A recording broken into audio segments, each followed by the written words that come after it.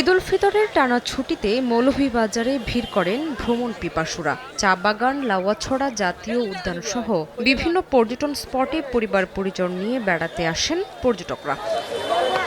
পর্যটকদের উপস্থিতির সঙ্গে পর্যটন ব্যবসায়ীদের ছিল ব্যস্ততা। জেলার সব হোটেল, মোটেল, রিসোর্ট ও কটেজ ছিল পরিপূর্ণ।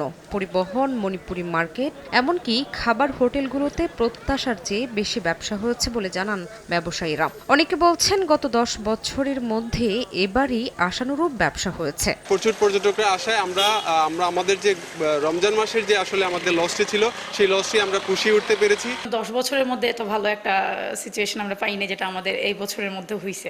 সংশ্লিষ্টরা বলছেন জেলার পর্যটন শিল্প বিকাশে আরও আধুনিকায়ন দরকার। যে স্পটগুলো আছে পর্যটকদের দাবি যে স্পটগুলোতে আমরা যাচ্ছি সেগুলো আসলে আরেকটু আধুনিকায়ন করা দরকার। এই ধারা যদি অব্যাহত থাকে তাহলে পর্যটন ব্যবসাটা আবার ঘুরে দাঁড়াবে বলে আমরা বিশ্বাস করি। এদিকে এমন পর্যটন সমাগমের জন্য জেলার অর্থনৈতিক অবস্থার উন্নতি হচ্ছে বলে জানায় উপজেলা প্রশাসন। পয়সাটা সকলের কাছেই কিন্তু পৌঁছাচ্ছে, এটা নিশ্চয়ই অর্থনীতির জন্য খুবই চমকপ্রদ এবং সম্ভব।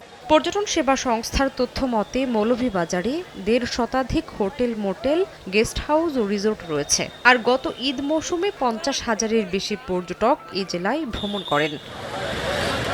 সময় সংবাদ, মৌলভীবাজার।